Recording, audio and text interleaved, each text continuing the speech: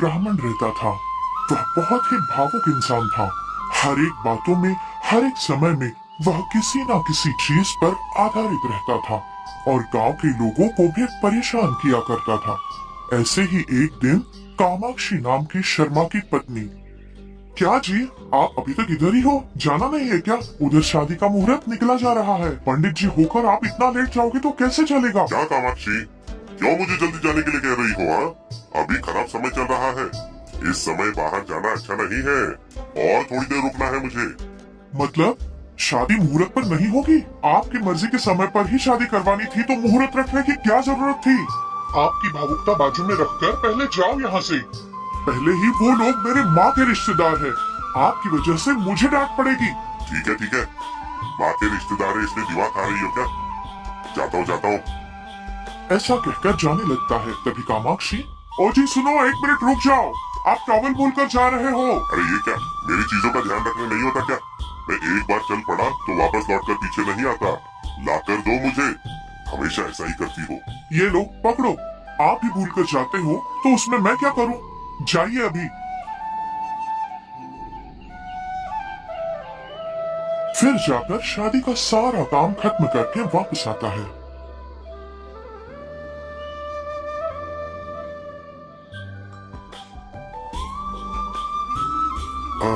कामाक्षी, जल्दी से खाना लगाओ, बहुत भूख लगी है।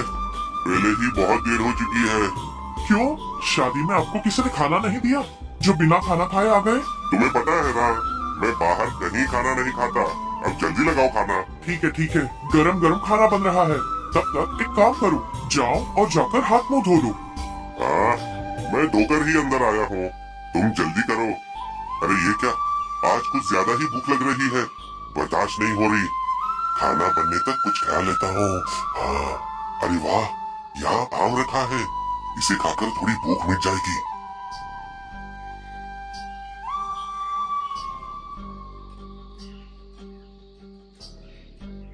तभी कुछ समय बाद कामाक्षी शर्मा को खाना परोस देती है। शर्मा खाना खाते रहता है।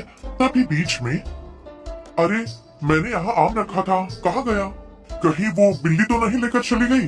कोई बिल्ली गिल्ली उसे लेकर नहीं गई। खाना बनने में देर हो रही थी, इसलिए वो मैंने खा लिया। बहुत मीठा आम था, एकदम शहद जैसा, बहुत ही अच्छा था। वो मीठा था, ये तुम्हें कैसे पता चला? वो क्या हुआ, मैं आम खा रही थी तभी आप आ गए। मैं आम वहीं पर छोड़कर खाना बनाने चली गई। उसी समय वो आम आपने खा लिया। वैसे बहुत ही अच्छा था, और लेके आना। क्या तुमने वो आम खाकर वहाँ रखा था?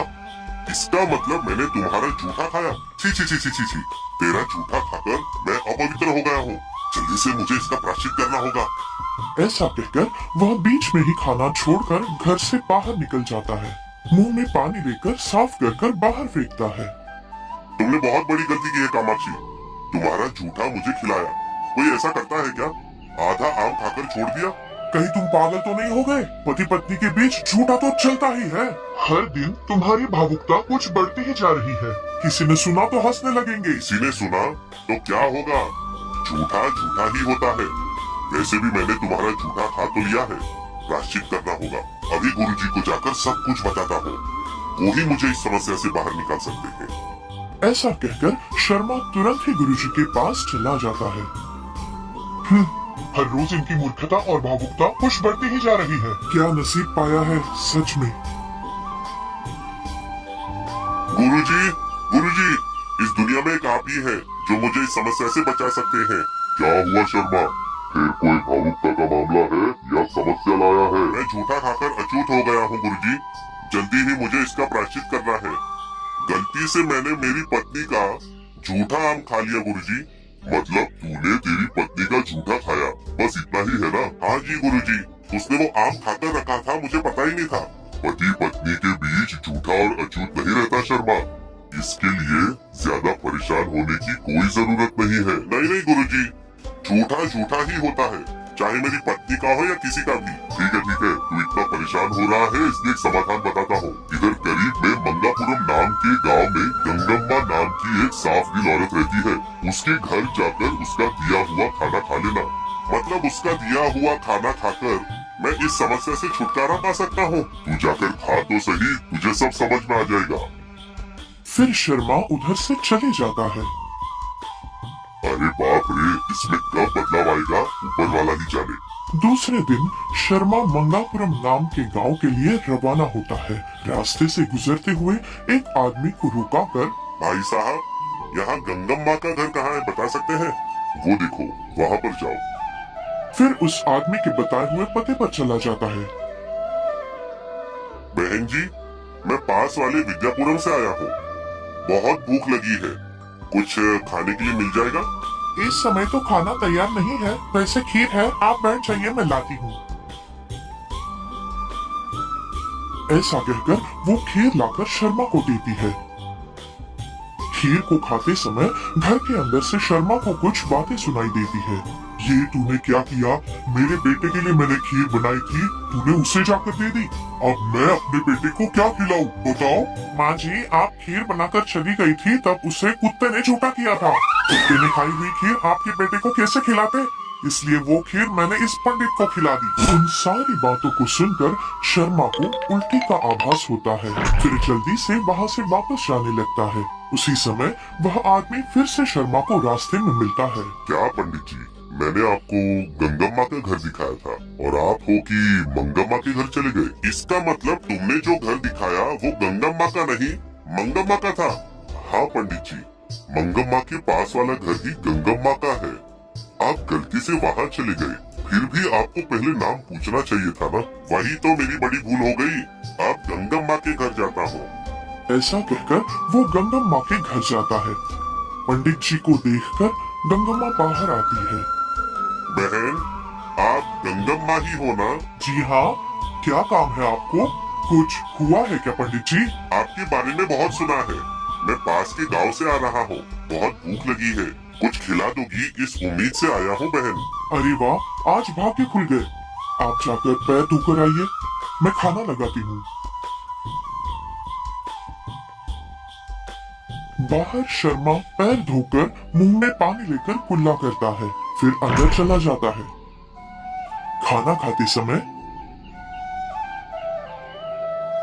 वाह वाह, क्या खाना बनाया है तुमने बहन, बहुत धन्यवाद। बुरा न मानना बहन, क्या मुझे थोड़े वड़े मिल सकते हैं? मुझे क्षमा कीजिए, दरअसल वो क्या है, मेरे घर में कोई वड़े नहीं खाता है, आप बुरा मत मानिएगा। इसमें क्या बुरा मानना है, मैं रास्ते में किसी से मांग लूंगा। वैसे खाना बहुत ही स्वादिष्ट था। गंगम्मा के घर खाना खाने के बाद वो रास्ते से घर लौट रहा होता है। मन ही मन सोचता है, चलो अच्छा हुआ, गुरुजी ने जैसा कहा ठीक वैसा ही मैंने भोजन किया। चलो, कामाक्षी के झूठे आम के साथ कुत्ते का झूठा शुद्ध हो गया। एक चीज की कमी रह गई, वड़े खाने नहीं मिले। अगर किसी ने वड़े खिला दिए तो बड़ा मजा आ जाएगा। ऐसे ही कुछ दूर जाकर एक घर के पास रुककर, भाई साहब, क्या मुझे वड़े खिलाओगे? मुझे खाने की बड़ी इच्छा हो रही है। हाँ क्यों नहीं, आप रुकिए, मैं लाता हूँ। घर के अंदर जाकर वो वड़ा लाकर देता है। शर्मा तुरंत ही उस वड़े को खाने लगता है। अरे, आप तो खाने में बहुत ही फास्ट हो, एक ही बार में इतना बड़ा वड़ा खा लिया। मेरे घर में मेरा बेटा, मेरी पत्नी, मेरी बहू और उसके बच्चे भी एक बार में इतना बड़ा वड़ा कोई भी नहीं खा पाया है आज तक। क्या मतलब आप सभी ने वड़े को पहले से ही झूठा किया था? अरे बाप रे! ऐसा कहकर वो तुरंत वहाँ से भागकर पानी से कुल्ला करता है। तभी एक आदमी वहाँ आता है और उससे कहता है, क्या पंडित जी, अगर पानी चाहिए तो मुझसे मांग लेते। इस पानी को मैंने मेरे भैंसों के लिए भरा था, वो अभी ये पानी पीकर चले गए। भैंसों ने पिया हुआ पानी आप किस लिए पी रहे हो? क्या ये भैंसों ने पिया हुआ पानी है? हे भगवान, ये सब क्या हो रहा है? ये तो बड़ा अनर्थ हो गया। अब कोई फायदा नहीं, गुरुजी के पास ही जाना होगा अब तो। ऐसा कहकर वो गुरुजी के पास जाता है। गुरुजी, बहुत बड़ी गलती हो गई है, अब आप ही बचाइए। बहुत बड़ी भूल हो गई है मुझसे गुरुजी। क्या हुआ शर्मा, अब क्या किया तूने? गुरुजी, आपके कहने पर मंगापुरम में गंगम्मा के घर खाना खाने गया था, लेकिन तभी मंगम्मा के खिलाए हुए कुत्ते के खीर से लेकर भैंसों का झूठा पानी पीने तक की सारी कहानी वो गुरुजी को बताता है। अब बताइए गुरुजी, कुत्ते के झूठा खाने से लेकर और 10 लोगों का झूठा खा लिया, आखिर में भैंसों का झूठा पानी भी पी लिया। अब आप ही समस्या से बाहर निकाल सकते हो गुरुजी।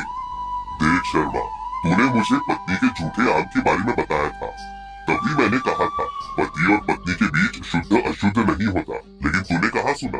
देख, आखिरकार तुझे अब भैंसों का झूठा पानी पीना पड़ा। इन सब की वजह है तेरी भावुकता और अकड़पन। पहले तू इन सब आदतों से बाहर आ। झूठे खाने के लिए किसी भी प्रकार का प्रायश्चित नहीं रहता है। अब घर पर जाकर अच्छे से मुंह हाथ धोकर पत्नी के हाथों का बनाया हुआ खाना खा ले, समझ गया ना? जब इस समस्या का प्रायश्चित था ही नहीं, तो मुझे गंगापुरम जाकर गंगम्मा के घर का खाना क्यों खाने के लिए कहा? बताइए गुरुजी। कुछ नहीं शर्मा, उसके पास खाने को नहीं होकर भी घर आए हुए लोगों को खाना खिलाकर भेजती है। उस महान स्त्री के हाथों का खाना खाकर तुझे कुछ सीखने को मिले, इसलिए भेजा, समझा? उस दिन के बाद शर्मा अपनी सारी आदतों से बाहर आकर